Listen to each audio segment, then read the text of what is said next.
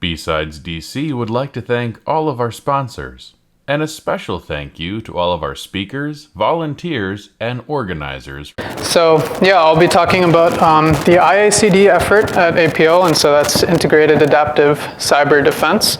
And I'll be talking about the work we did with some financial entities over the course of about 5 to 6 months last summer.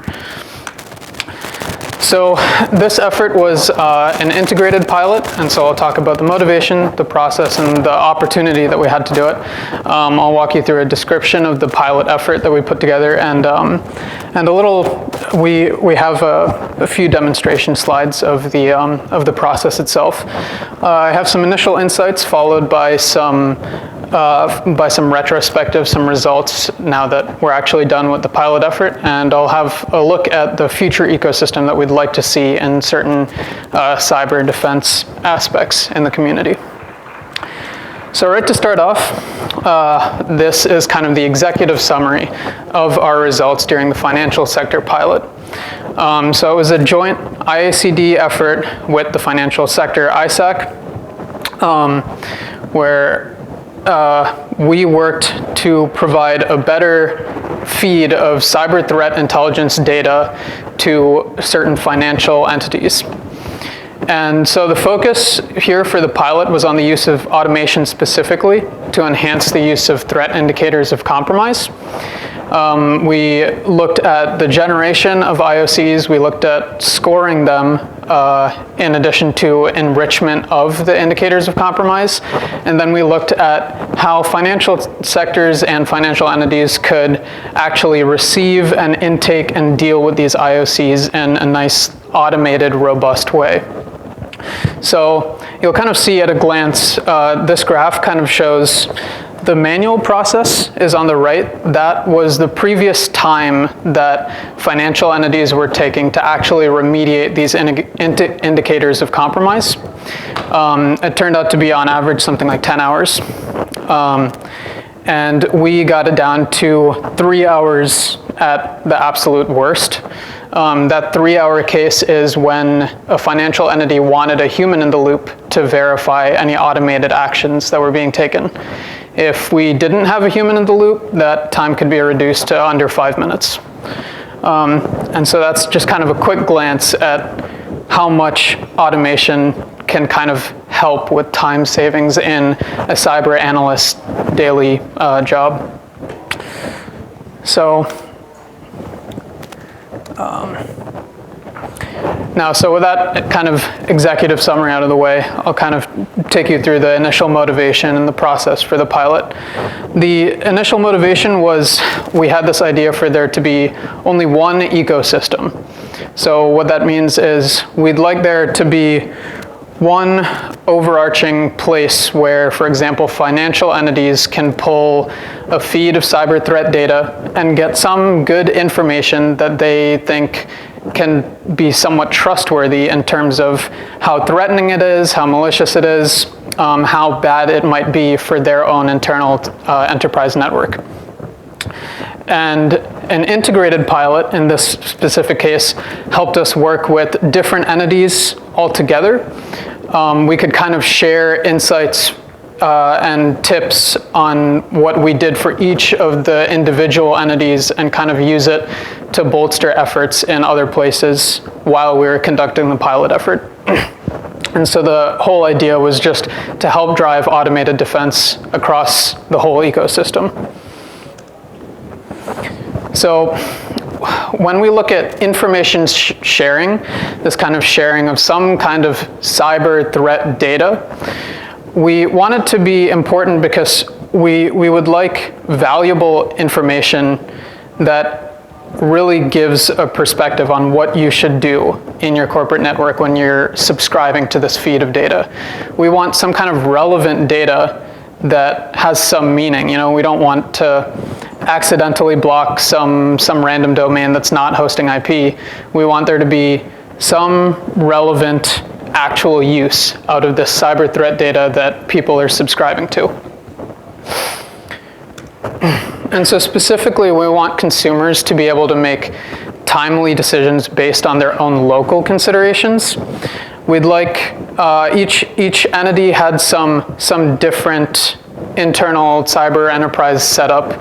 They had some different network. They were using different tools to input this information. They were using different firewalls, for example, and we wanted them to be able to make their own decisions based on whatever data it was that we input. And that's kind of a big point that IACD makes, is you can bring your own enterprise. So we'll work with whatever kind of tool set you already have existing in your own cyber enterprise. And so hopefully you don't ever have to switch tools because we don't have experience with something. We'll work with whatever you got. Now, as far as the opportunity goes, we were looking at enrichment to help with this automation. And what that means specifically is we were bringing in some form of cyber threat data, right? And without some external knowledge, we thought that there might not be a good idea that the analyst had just by looking at it. Oh, is that bad? Is that not bad? They might see some IP that somebody else had flagged as being malicious in some way. But without enrichment, we had no real way for an analyst at a very specific company to corroborate that, oh, that IP actually is malicious, or, oh, this file actually is malicious. So we were looking at using third-party external enrichment to enrich this initial feed of data that we were getting in. And then hopefully, alongside this enrichment, cyber analysts at a specific financial entity would be able to understand how it would affect their enterprise specifically and what rules they should take to update maybe their firewall rules, update their blacklists, whatever. And so this integrated pilot kind of helped us to understand how enrichment could work in kind of the bigger scope and pull together information that is in very disparate places out there on the net. Specifically, we were trying to answer this question: what action should I take? If cyber analysts ask that, they want information that you give back. They want their answers to be relevant to them. They want to know what they should do in their specific network.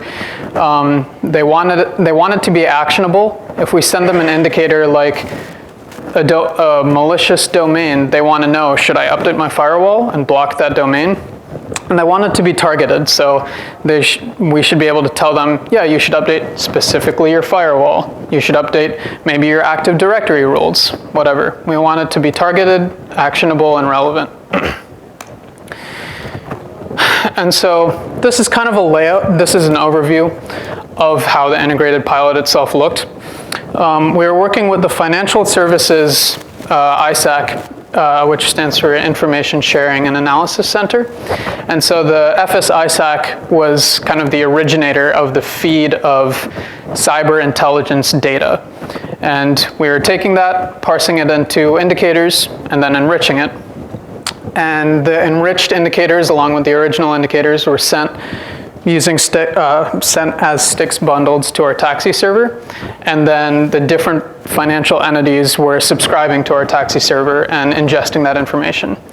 And so during the pilot, we referred to the entities as ostrich, emu, and cassowary, the flightless birds.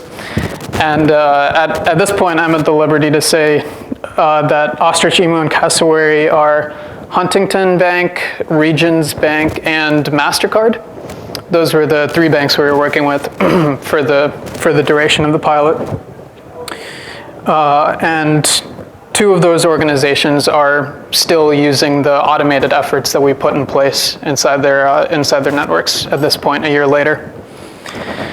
The pilot specifically kind of focused on this FS-ISAC 2 taxi servers that we were working on. We worked on the parsing of information and the bundling it up and the pushing it to a server, well, publishing it to a server that other people could subscribe to. And so that was kind of the sort of high-level description, but then I'll also take you through a few of the specifics of the actual efforts that we went through to make this whole thing work together. One important question we had kind of initially was, can centralizing this enrichment really benefit other people? If one producer gets the information and enriches it with some different enrichment tools, for example, virus total or domain tools. I think domain tools is here today, actually. If we enrich it with these third-party external enrichment tools at one place, could that help everybody else instead of everybody needing to have their own API keys for their own enrichment services and trying to do it themselves, possibly in an inconsistent way? And then we also looked at how this kind of abstract initially enrichment could help with a malicious score that we'd assign to an indicator. We wanted to figure out whether there was some nice way of communicating, some easy way of communicating to a cyber analyst, oh, this thing is definitely bad. We're sure because it's on this many different enrichment sources. This thing is probably not that bad, and we're sure because it doesn't show up anywhere. How can we come up with that kind of score? So these are the specific technologies that we used during the pilot effort. The top row are the technologies that we use to set up mirrors of the different banks' enterprise networks on our own test bed internal network. Specifically, we're looking at Active Directory, email services, and database services as possible hosts of different cyber threat indicators. And then the bottom row is what we used to create the automation of the cyber threat data ingestion. So specifically in this case, we use Demisto, which is an orchestration platform, for those of you not familiar. We used Anomaly Threat Stream, which was hosting our taxi server. That's where we pushed indicators up to and enrichment bundles up to for other people to subscribe from. And then we use Virus Total, Domain Tools, and Threat Miner as the third-party external enrichment sources. So we're using 3 enrichment sources to try to parse, or to try to enrich this incoming data that we had parsed out from the FS-ISAC, and to try to hopefully make cyber analysts at the 3 different banks have a nice way to look at the data we were sending them.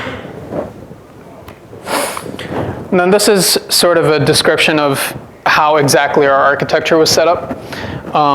So in the top left, we had emails being sent that were comprised of the indicators of compromise. We had Demisto set up at the FS-ISAC, and we had that running a custom Python module that we set up just to parse out the information from the emails and send it up to Anomaly Threat Stream. And then in the bottom left, we had the setup of the banks, which ended up being fairly consistent amongst the 3 of them. They were also running mostly Demisto, running our Python module, which was subscribing from Anomaly Threat Stream, ingesting the data that we had sent and enriched, and doing something with it. So these banks, I kind of mentioned local considerations earlier. These banks were all doing something a little bit different with, for example, if they got an email indicator, an IP indicator, whatever, they all kind of had their own internal enterprise rules for dealing with possible malicious indicators of different types. Now, so as far as scoring indicators goes, we developed kind of a process for the pilot that we wanted to follow very specific rules for. So we figured the default score must do no harm. And so that means if we get an indicator of compromise and we're not sure how bad it is, we don't want an enterprise to accidentally take action against it. So if we get in some indicator that maybe represents a newly registered website, and that website just happens to be legitimate, and someone just happened to flag it, we might intake it, and we might hit a bunch of different enrichment sources and find, oh, there are no results for it on different enrichment sources. I guess it's legitimate. So we'd like to assign that kind of thing a default score and send it up to our server. And then when other people ingest it, they won't do anything against it because it's just a default score. We couldn't find anything really bad about it. We figured different scores should result in different actions. So in other words, we don't want our score to be too granular. we want there to be a very small subset of actions that might be enacted based on whatever the score is. So a cyber analyst can look at these different scores and immediately think in his or her head, what would I do if I saw something like that? What would I do for this? And then, of course, we wanted it to be 100% automated. And there's this concept of autoimmunity, which is where if we were wrong about something, we want it to be consistently wrong. And that would help, again, with the cyber analyst, with an actual human looking at it later. They could see what we might have done wrong, but they wouldn't have to be worried about that kind of action changing in the future. And so this is kind of a layout of like the malicious score kind of metric that we came up with. It's very simple. It's supposed to be an extremely transparent way of scoring indicators of compromise. 0 is if something's whitelisted. So specifically, we whitelisted google.com and some other domains, some other IPs. Google.com might show up in a couple, actually it does show up in a lot of indicators of compromise because it is somewhat related to some sites that host malware, and since it's a search engine, you can find malware from google.com. So it shows up in a lot of indicators, but obviously we don't want to block it. So that comes up as whitelisted. The default score, undetermined, is if we get something new and we really can't find any results on enrichment for it. And those are the two kind of benevolent scores. The bad ones on the right is if we assign a 2, which is if we get a hit on a single enrichment source, and a 3 is if we get a hit on multiple enrichment sources. And that's what we came up with at the time when we were newly looking for whether enrichment could really help a cyber analyst at a glance determine if something was good or bad. And so now, as far as kind of a retrospective, now that the pilot effort is done and it's been about a year, these are some technical findings. We ended up seeing quite a few overlapping indicators from the feed that we were intaking, so about 6,000 overlapping indicators. And you'll see that, I'm not sure if you can read the graph in the bottom left, but essentially most of those overlapping indicators were IP indicators. Those were the ones that ended up being seen in many, many, many different indicators of compromise. Then we had some like duplicate email indicators. We had a few duplicate file hash indicators, and that was kind of the breakdown of the duplicates. And those duplicates were sometimes interesting because the score of them on average ended up to be a 2. Which, if you remember our score metric, that 2 means we found them in only one other enrichment source, not multiple.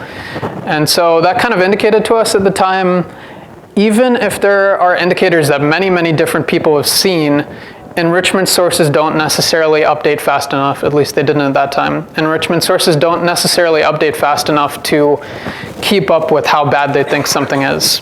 We were querying VirusTotal, domain tools, and threat miner, and we only so often found a hit on even one of them for something that 5 different people had flagged as bad in the last 5 or 10 minutes.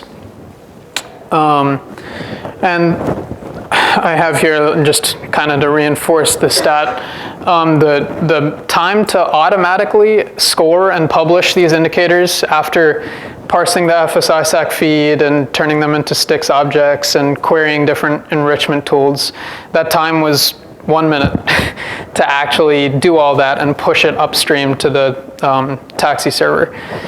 In the past, when they were looking at this feed manually at the FS-ISAC, the time to manually score and publish it ended up being almost 6 hours. So that's kind of a crazy time saving just at the FS-ISAC, not even at the ingestion level when it gets to a cyber analyst on the other side. And so here is kind of driving home the point that different organizations want to do different things when they get indicators of compromise. We had one organization who wanted to block any indicator of compromise they got that had a 2 or a 3 score. But then we had a different organization that when they got any indicator at all, with the 2 or 3, they wanted a human in the loop to actually look at it and verify that they should update their firewall or update their blacklist or whatever. And so there was a lot of differences between how the organizations decided to deal with different kinds of indicators, different kinds of scores. And each of the pilot participants had really kind of a varied outlook towards dealing with the indicators that we were pushing upstream. And we also ran mirrors of all of their actions and their corporate rules on our own internal test bed.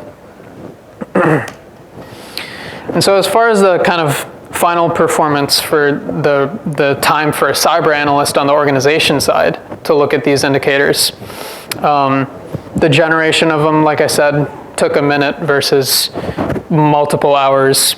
And then the response times were kind of reflected as the same order of magnitude sort of difference. We got things down to minutes where before they had been on the order of hours. And it was just extremely helpful for the different organizations and the FS-ISAC itself to go through the extremely large amount of data that we see coming out of all these kinds of automated tools at this point. There's just been kind of an explosion of especially cyber data that's being generated by your SIM and trying to be ingested by your SOAR, trying to deal with the huge amount of network traffic that any one corporation might get in any one day. And so just, automation is good. It's kind of the point of this slide. And this is kind of overview of the before and after for each of the separate organizations. On the left column, as far as a security automation and orchestration platform, so like Demisto, before we started the pilot, none of the 3 organizations were actually using a SOAR platform at all to help with automated ingestion of cyber threat data. But after our pilot was finished, all 3 of them were. And that just helps their cyber analysts quite a bit with dealing with all this data that they have to deal with. As far as actual automated use of indicators of compromise, one of the organizations was kind of addressing automated use of them beforehand. They were looking at indicators in somewhat an automated way for certain indicators, but after the pilot was done, all 3 of them were, because they were using SOAR platforms which helped with the automated ingestion. And then as far as the use of the scores that we came up with, 2 of the organizations were using that and are still using that today. One of the organizations came up with their own kind of enrichment algorithm to deal with incoming indicators and that they used in-house. And so now I'll take you through some of the insights that we had initially when working on the pilot, just after the pilot was done, and now, a year later. One big idea when we were doing this pilot was risk tolerance and impact. We wanted to be sure that some bad suggestion didn't have too much of an impact on an enterprise network. And we wanted to be sure that there was never too much risk in the feed that we were sending out. So we wanted to be absolutely sure that we didn't incorrectly say some indicator was actually a score of 3 when it should have been a score of 1. We wanted to make sure that each entity had some amount of understanding of their own network in order to understand what kind of risk an ingestion of a feed like this represents when they set up automated actions for Demisto to do, for example. We also looked at information sources. So it can sometimes get tricky to set up a trusted information source of this kind of cyber threat data. And each different source really shouldn't require its own kind of client and its own huge bar to sending out cyber threat data. We wanted to make it easier for people to be able to share data if they need to, and hopefully get it ingested somehow. And then something we ran into with one of the organizations especially was the idea of tell me what I need to know and let me ask about the rest. And so this was important because some of the organizations did not care at all about some of the enrichment that we were doing. When we sent out data with a bunch of auxiliary information, they only cared about the initial data. They only cared about the first time you've seen a malicious file hash, something like that. So they wanted to be able to just get in the initial data, that was it, that's all they cared about, and then ask about some of the auxiliary information if their cyber analyst needed some extra information, whatever. And then kind of the last thing we ran into was how other organizations would see our opinion, in this case, our score of the indicator. We wanted to be, like I said, really transparent about the scoring algorithm. We wanted to be really simple about it. We didn't want to have like a really complex algorithm that was doing a lot of crazy things, figuring out a score metric for these organizations to deal with. At the beginning, we figured transparency and simplicity would really inspire trust in something like a feed that was telling other organizations, what should you do if you get something of a score 2 or a score 1 or whatever.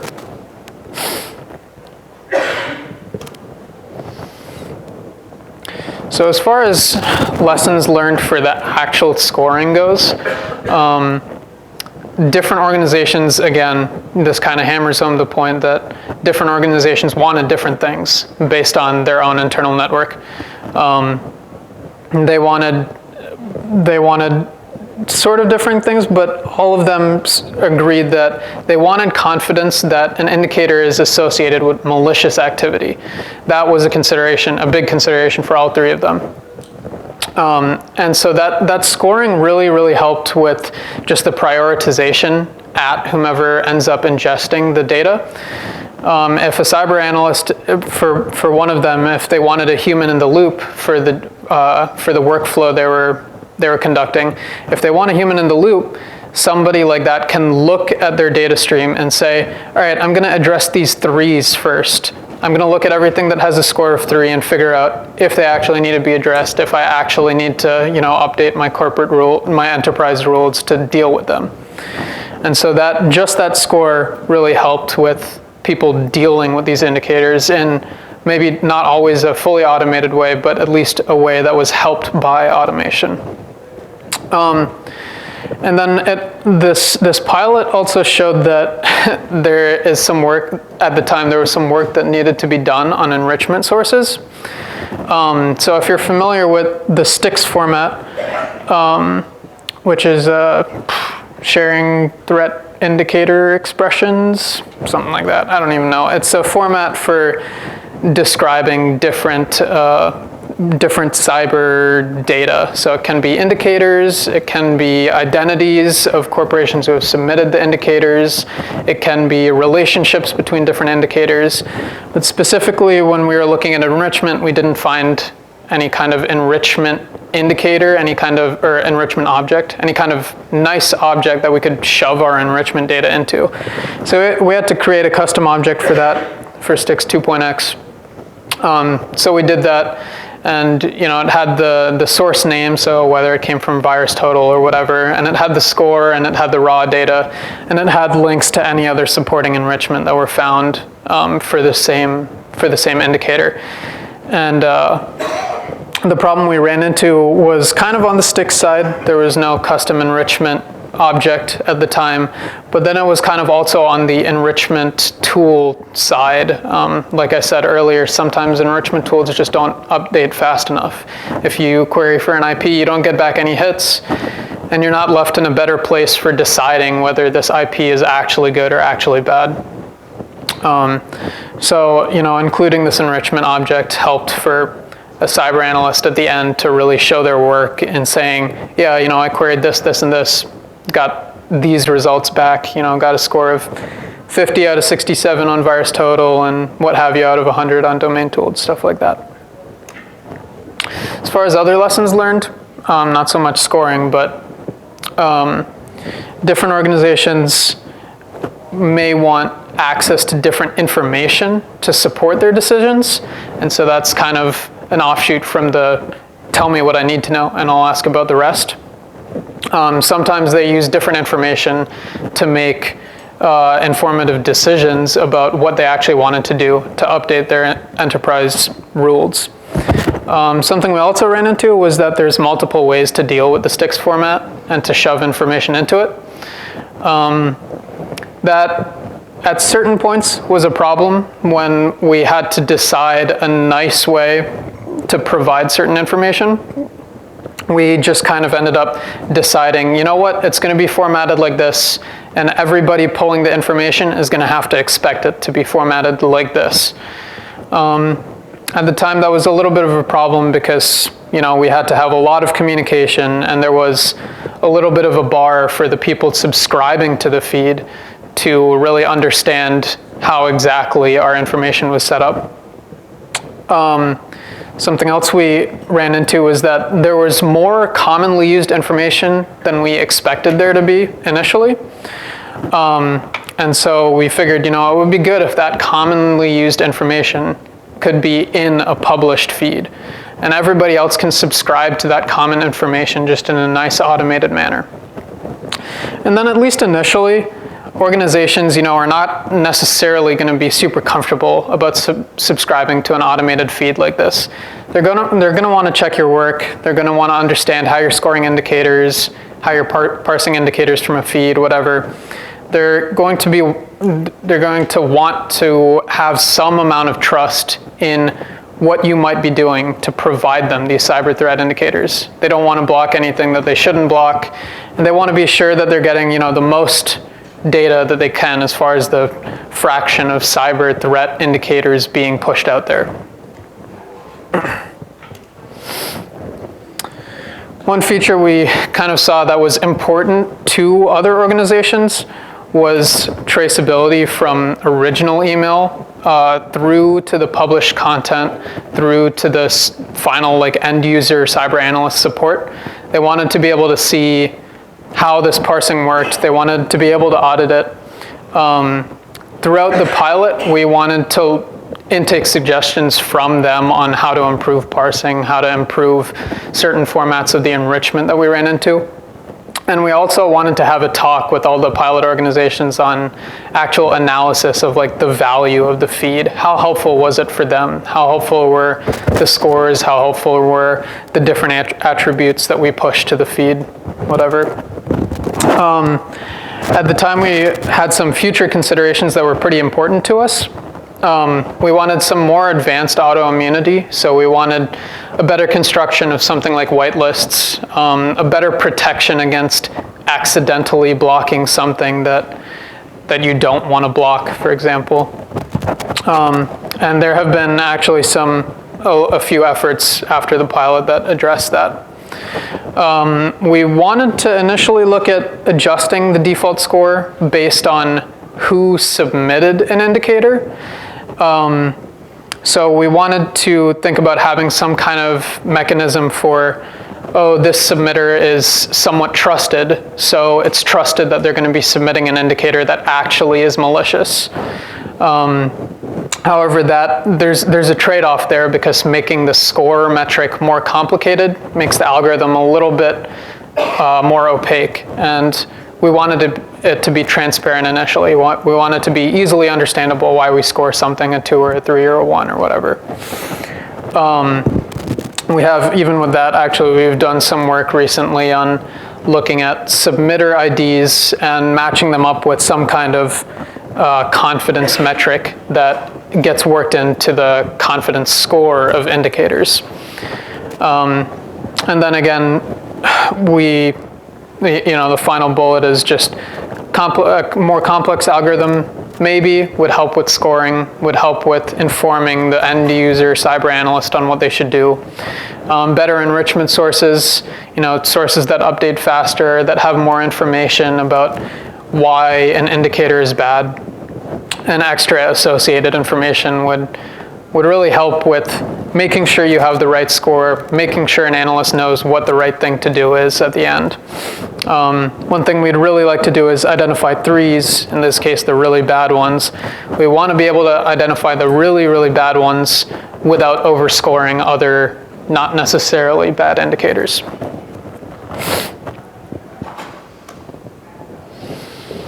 All right, then, so after our pilot effort, we kind of put together some ideas of what we'd like this future ecosystem to look like, what we would like a whole integrated effort with organizations working together to look like. We would like some vendor agnostic integration of products and services. So we worked toward this a good amount during the pilot when we had Demisto and a few other SOAR platforms working together. We worked to get towards this a little bit with Styx and Taxi, which are nice standards for the format of cyber threat data and the sending of it. And it would be really nice if lots of different products are extendable and agnostic of the format you keep your data in. That would help an organization like this be possible, where people could just share back and forth, oh, you know, I got this indicator, I got that indicator. And suggestions like this would be able to flow between different entities much more easily. We ran into multiple models for sharing information, and we thought that it might be nice if these different kind of ways of sharing information were a little bit more standardized. So for example, you know, there are some threat intelligence platforms that we're using. There were like commercial threat providers, but then there also might be cross-organizational collaboration. Depending on what the size of your company is, depending on what you're trying to provide, depending on what you think your threat profile is against some kind of advanced persistent threat, you might want different things out of a feed of cyber data that you're subscribing to. So there are just many different things that you might be looking for in a feed that you might be worried about getting. And then there's this idea of circles of trust that we came up with. And so this is just this kind of thing that I mentioned earlier, entities working together, maybe subscribing from a feed, and they all, hopefully, ideally, trust each other to submit more indicators of compromise that they are seeing. And so this might help, you know, in the long run, if some very large entity sees a ton of cyber indicators, they can easily send those out, publish them to a feed, and other smaller companies can intake those immediately. And something like that would really help with cyber resilience, which is a bit of a buzzword, but ideally it would be someone big sees a threat, notifies other people of it, and the other people are immediately able to update their rules to stop the threat before it gets into their enterprise. And so this whole concept of information sharing and automation, we think, are really twinned concepts.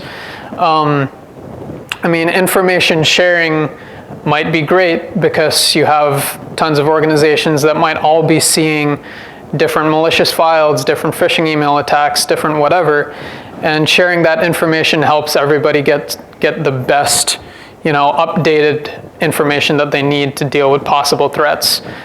But that's obviously a huge amount of data that has to be passed back and forth between different organizations.